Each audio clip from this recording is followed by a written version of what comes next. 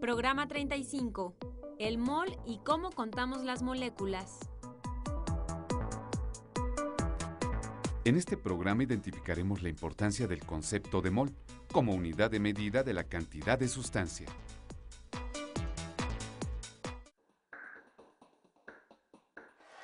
Bienvenidos a una nueva aventura por el mundo de la química. En esta ocasión me preguntaba, ¿cómo estimar a simple vista cuántas frutas hay en cada pila? Miren cuántas semillas. Esto sí que es un reto para contar. ¿Cómo saber cuántas sin tener que contar de una en una? ¿Se han fijado que cuando compramos semillas pequeñitas como el ajonjolí, no las pedimos por número? Vamos a hacer una prueba. ¿Me da por favor 4.537 semillas de ajonjolí? Lo usual es que le solicitemos, por ejemplo, 200 gramos de ajonjolí. En cambio, sí podemos pedir media docena de limones. Pero, ¿cómo saber cuántas semillas de ajonjolí hay en 200 gramos?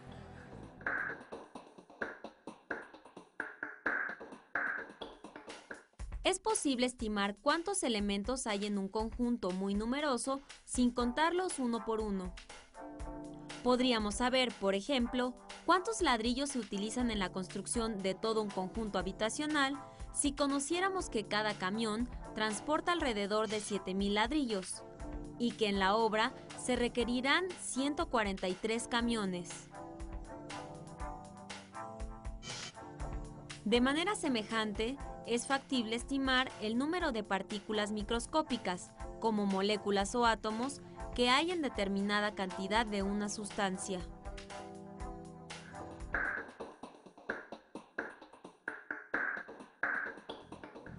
Las partículas son muy pequeñas para verse. Si son tan diminutas, ¿cómo podemos contarlas o estimar cuántas habrá en cierta cantidad de sustancia?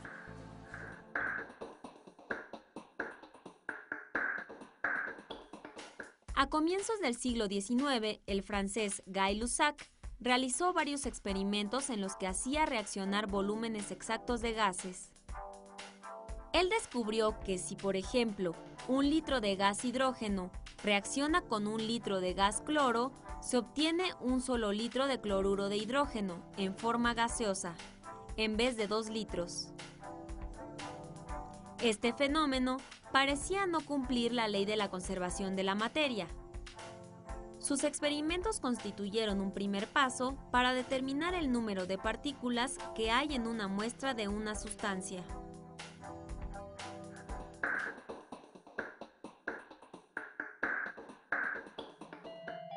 El italiano Amedeo Avogadro revisó los experimentos efectuados antes por Guy Lussac. A partir de tales experimentos y del modelo atómico de John Dalton, Avogadro planteó una hipótesis que constituyó la base para contar las partículas que hay en una cantidad dada de sustancia. Avogadro lanzó este postulado: volúmenes iguales de gases diferentes, en las mismas condiciones de presión y temperatura, contienen igual número de partículas. Dicha afirmación se conoce hasta la fecha como la hipótesis de Avogadro.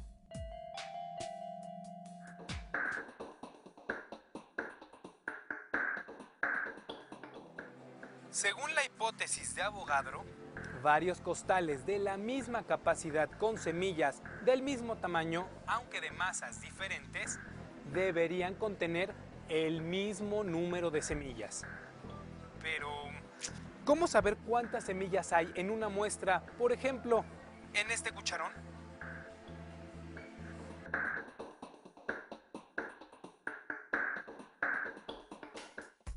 A partir de la hipótesis de Avogadro, el austriaco Ludwig Boltzmann y otros científicos se abocaron a estudiar el comportamiento de los gases y plantearon el modelo cinético de partículas. El también austriaco Joseph Loschmidt, con base en las ecuaciones del modelo cinético de partículas, calculó cuántas moléculas de un gas hay en un volumen de 1 centímetro cúbico en condiciones normales, es decir, con una temperatura de 0 grados centígrados a una atmósfera de presión.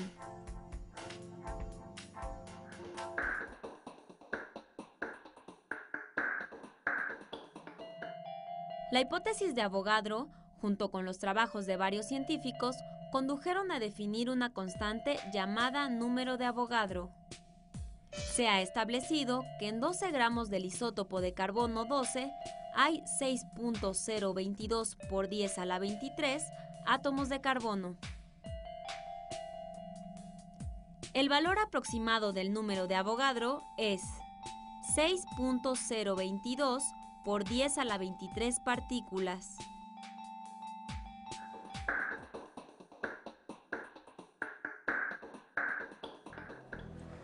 Vaya numerito, o mejor dicho, numerote. Podremos utilizar el número de Avogadro para realizar una estimación de cuántas semillas de ajonjolí hay en un cucharón.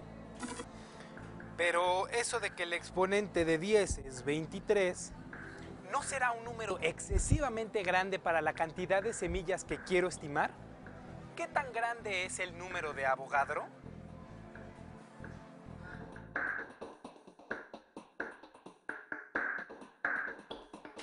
Realmente es difícil concebir la magnitud del número de Avogadro. Consideremos la siguiente analogía.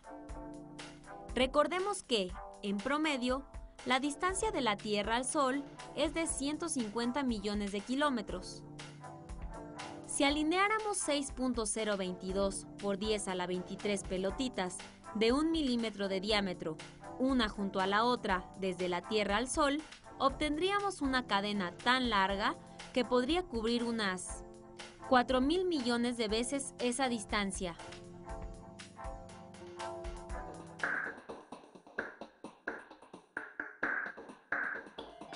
En química, existe una unidad de medida para la cantidad de partículas extremadamente pequeñas, como las moléculas y los átomos. Se llama mol y es la unidad internacional de medida de la cantidad de sustancia. Un mol se define como la cantidad de sustancia que hay en exactamente 12 gramos del isótopo carbono 12.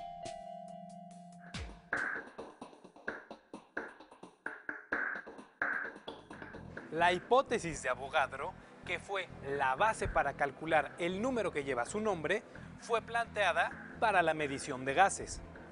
¿Será válido entonces medir la cantidad de sustancias en mol si no se trata de un gas?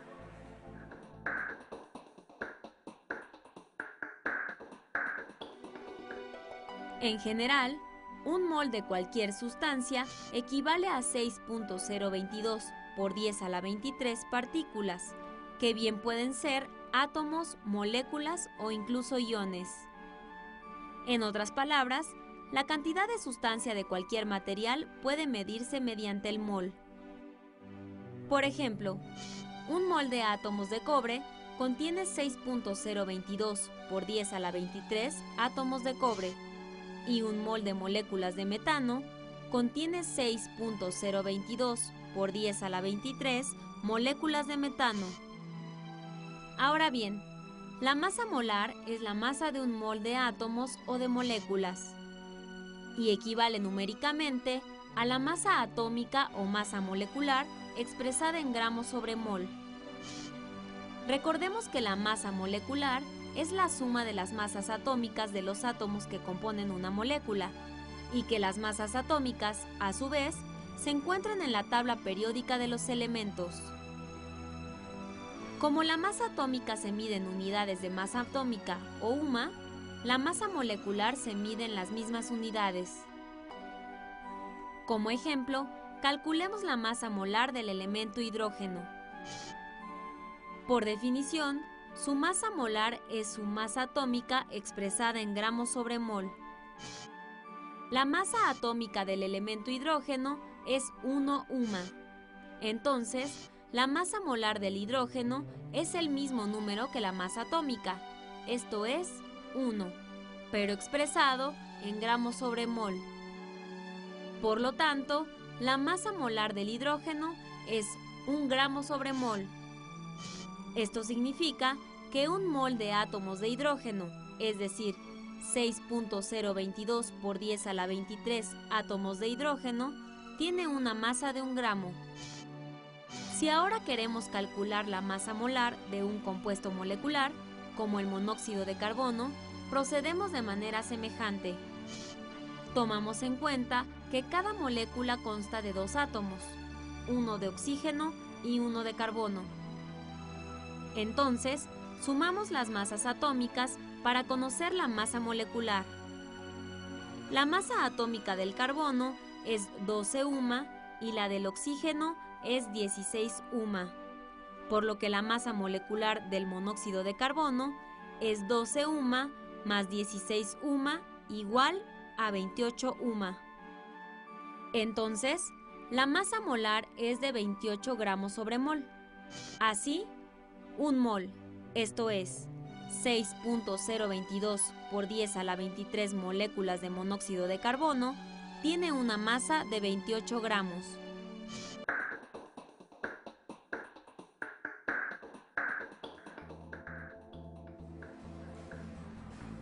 El concepto de masa molar es de mucha utilidad para medir la cantidad de sustancia que hay en una masa dada.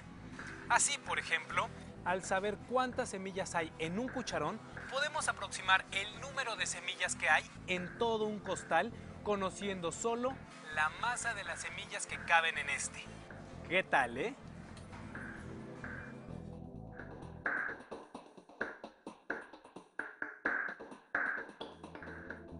Todos los días, en los laboratorios químicos, se utilizan sustancias que se combinan en proporciones muy precisas para obtener una enorme variedad de compuestos mediante reacciones químicas. La unidad de medida para la cantidad de sustancia que se emplea es siempre el mol. En las ecuaciones químicas, los coeficientes que aparecen antes de las fórmulas indican los moles de reactivos y productos.